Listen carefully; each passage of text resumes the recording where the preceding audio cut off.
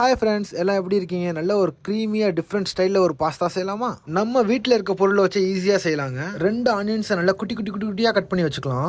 பாஸ்தாவை லைட்டாக பாயில் பண்ணி வச்சுக்கலாம். ஒரு பேனில் கொஞ்சோண்டு பட்டர் போட்டு நம்ம கட் பண்ண எல்லா ஆனியன்ஸும் சேர்த்து லைட்டாக வதக்க ஸ்டார்ட் பண்ணிடலாம். ஆனியன் லைட்டாக வதங்கினதுக்கப்புறம் கேப்சிகம் கொஞ்சம் லைட்டாக கட் பண்ணி அதில் சேர்த்துக்கலாம். சில்லி ஃப்ளேக்ஸ் இருந்தால் சேர்த்துக்கலாம், இல்லைனா நீங்கள் ரெட் சில்லியை லைட்டாக கட் பண்ணி அதில் சேர்த்துக்குங்க.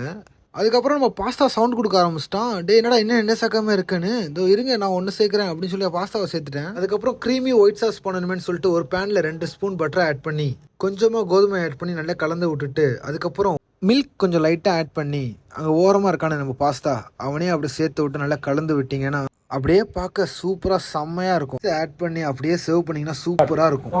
டேஸ்ட் பண்ணி பார்ப்போம்.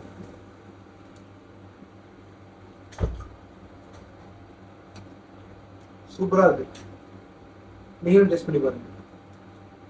இந்த வீடியோ பிடிச்சா லைக் பண்ணிக்கோங்க. அப்படியே இந்த மாதிரி ஃபுட் ரிலேட்டட் கண்டென்ட் பார்க்கணுன்னா லாக் வித் அச்சர்வா ஃபாலோ பண்ணிக்கோங்க. Tata, see you guys.